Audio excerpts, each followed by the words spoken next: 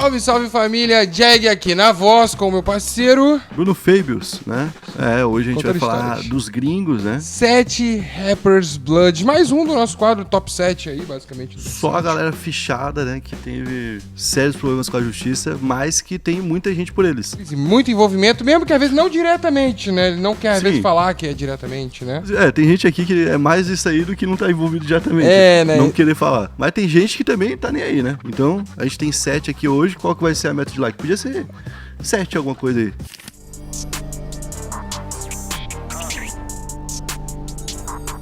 E na 7ª posição a gente vai falar do Suge Knight, fundador da lendária Death Row Records. Já começa assim. Pô, já também não tem muito o que explicar, né? Suge Knight, quem é o cara, mas o que tem que explicar é que ele era da gangue Three Top Pyro, que é uma gangue que é afiliada ali com os Bloods. É uma doideira, tá? Tipo assim, não é porque o cara é Blood que necessariamente ele é amigo do outro. Inclusive, pode ter uma rivalidade sendo um de um local ou de outro. Até porque essa é de Compton, né? Também, tipo, em Compton tem várias, né? Em uma rua pode ter mais do que uma. Tem muita coisa disso. Quando eu estava estudando sobre os Bloods e também os Crips, a gente percebe que na mesma rua, às vezes, vai ter 3 gangues diferentes e é tipo com o nome do número da rua e os caras se odeiam. Que loucura, tá ligado? E ele era um aliado deles, na real, né? Ele era mais membro, visto, né? Tipo, mais como um aliado do que um membro até dos Bloods, né? No caso do Suge Knight. Que é aquele cara que tá por perto, que participa de alguma forma, que colabora de alguma forma, que tem grana, sabe? Um apoiador ali, né? Financia um pouco a parada, né? Que é o grande chefe. Porque o cara que financia tem mais moral, às vezes, até do que o cara que tá lá dentro tampando, né? Até porque se ele tá financiando, ele tá fazendo a máquina girar, né? Tá fazendo a máquina girar. E por conta disso, ele sempre teve moral com os Bloods e se cercou deles, né? Ele contratava muitos membros dos Bloods como seguranças, tanto dele quanto dos artistas dele, quando ele virou dono da Death Row, e colocava tanto como segurança quanto em outras funções. Então, o cara que, sei lá, passava o cabo, era um cara mó zica, tá? Só o próprio Suge Knight em si já era um cara que, pô, tu sabe que, tipo, se eu der um tapa na cara dele, não é só dele. Ah, não. Aí também, né? Pelo amor de Deus, já que isso, eu nem penso na possibilidade do rapper pensar em dar um E essa briga aí com o Vanilla Ice é absurda, porque, tipo, ele queria os direitos de uma música. No início ele tava com razão. Tipo assim, o Vanilla aquela Ice Baby, né? Ice Baby.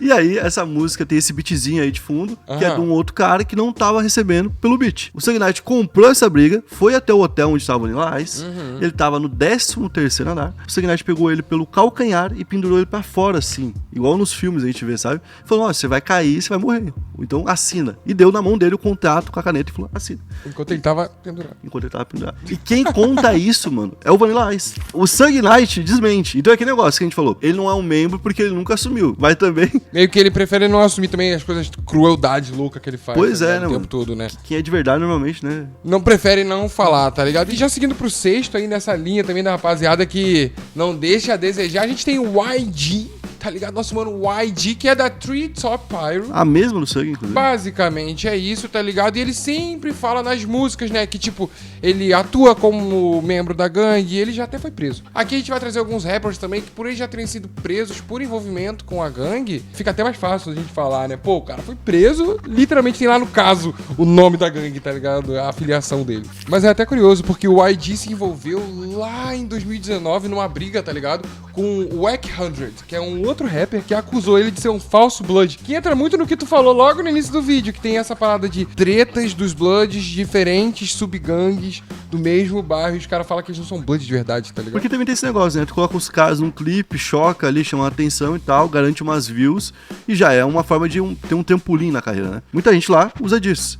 Inclusive, ele teria utilizado talvez essa estética, e na verdade seria de um outro grupo, que são os Crips. Então ele seria um cara até intocado, um cara que tá ali, né, disfarçado, né, infiltrado. Tipo, utilizou, tá lá de um lado com os membros, só que foi lá, faz um clipe e faz os símbolos dos outros, tá ligado? Pô, imagina isso. Aqui no Brasil, tenta imaginar, não vou colocar nomes, só imagina alguma coisa parecida. Não dá nem pra imaginar. Então, só imaginar algo parecido. E lá é de verdade, lá é crime, não é só um bagulho de, é rap só e tal. Então essa foi uma denúncia muito grave contra ele, e ele sempre continuou, obviamente, negando isso. Na 5ª posição, a gente vai falar do The Game, ele que também cresceu em Compton, mas é de outra gangue. A Cedar Block Pyro, que inclusive é conhecida como uma das mais violentas que tem de lá, e que cometeu um crime, mano, que ficou muito famoso nos Estados Unidos, lá em Washington. Washington é longe pra caramba de Compton, tá? É muito longe, atravessando o país de ponta a ponta, tá? Lá no ano de 92, há muito tempo, que também mostra que não é uma gangue nova, porque tem algumas que são mais recentes. E tem muitas que são antigas mesmo. Essa é muito antiga, por exemplo, e eles mataram um cara chamado Allen King. Esse cara tinha denunciado eles, contado o que acontecia ali dentro, né, da facção, e eles então atacaram o Allen King, além dos 3 filhos que ele tinha,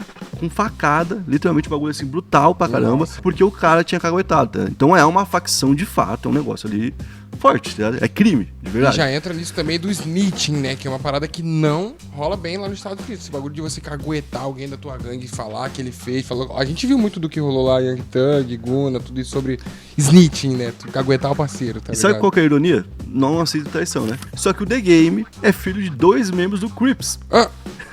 E ele pulou o muro e foi parar nos Bloods, porque ele seguiu ali o irmão dele, que também fazia isso já tava no crime. Ele morava num bairro Crip, foi criado. Isso, tipo, pai e mãe Crip, e foi pros Bloods. E bom, ele era mais ativo no crime quando era mais jovem, né? Inclusive, já chegou a participar de conflitos pro território, que dá pra se ler como tiroteio. Já participou em algum momento de alguma troca de tiro, né? Por algum local comum ali nos Estados Unidos, até em clipe, tudo. No GTA é comum. Comum.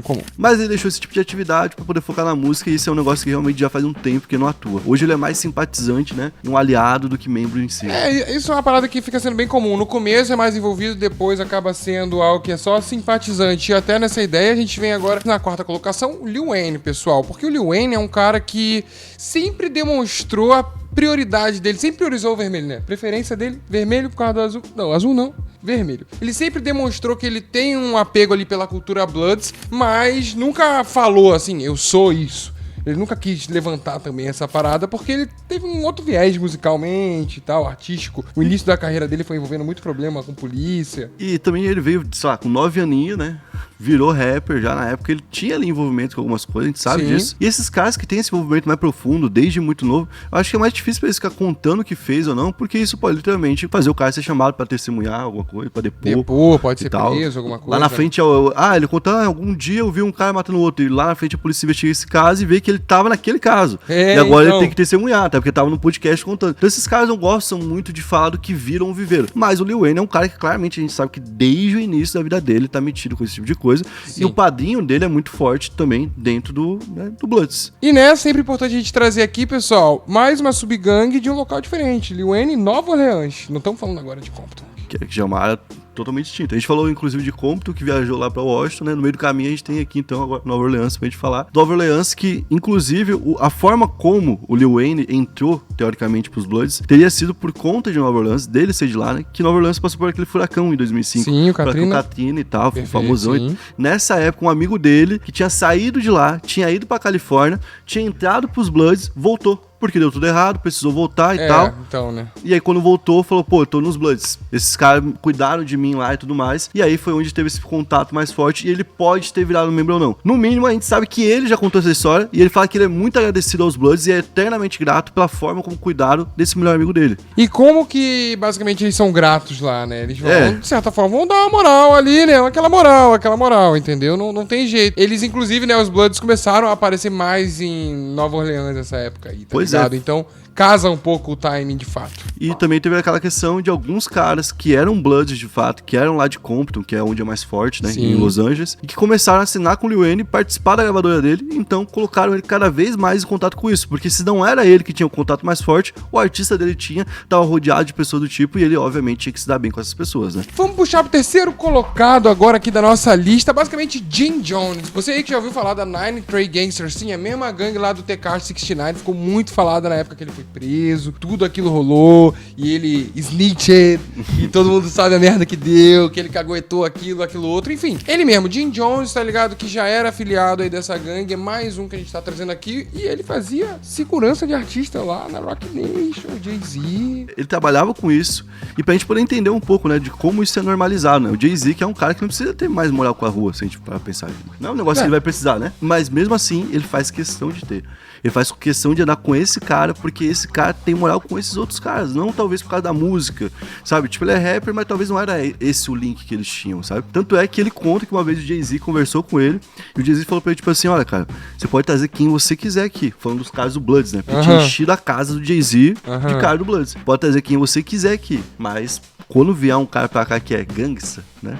você tem que fazer ele vir falar comigo antes, porque ele tá na minha casa. Exato. Então Tem que tinha mostrar respeito. tinha um papo direto ali, ele sabia exatamente quem eram os caras e queria estar perto dos caras. E o Tekashi, naquela época que deu a treta que tu falou, né? Chegou a citar o Jim Jones, falando que ele era muito influente lá dentro. E o Jim Jones, assim como outros, ficaram muito putos com ele. Porque, né? Porra, muita gente teve que responder por conta do Tekashi. É, porque é o que você tinha falado um pouco antes, Fabio. Pessoal, quando você fala o nome de alguém, ou cita numa faixa lá nos Estados Unidos, numa música, claro que isso deu uma mudada agora, por causa da lei que o Jay-Z correu atrás lá pra fazer e tudo mais, de não poder usar letra de música pra casos criminais. Só que, quando você vai lá no júri lá, e você fala, não, aquele rapper lá, aquele outro rapper também anda junto, aquele outro rapper, igual foi o caso da YSL, cai um montão de gente, ao mesmo tempo, e ele vai ter que ir lá depois, vai ter que ir lá explicar, e aí tem um monte de ponta solta no caso, sempre tem. Tekashi 69, que já vai estar aqui na segunda posição, a gente já mantém esse ritmo aqui falando do 69, Pois né? é, já tava fã dele, vamos Porque continuar esse aí é falando. muito assumido mesmo, ele fazia parte já dos Bloods, a gente já sabe disso, mesmo a facção do Jim,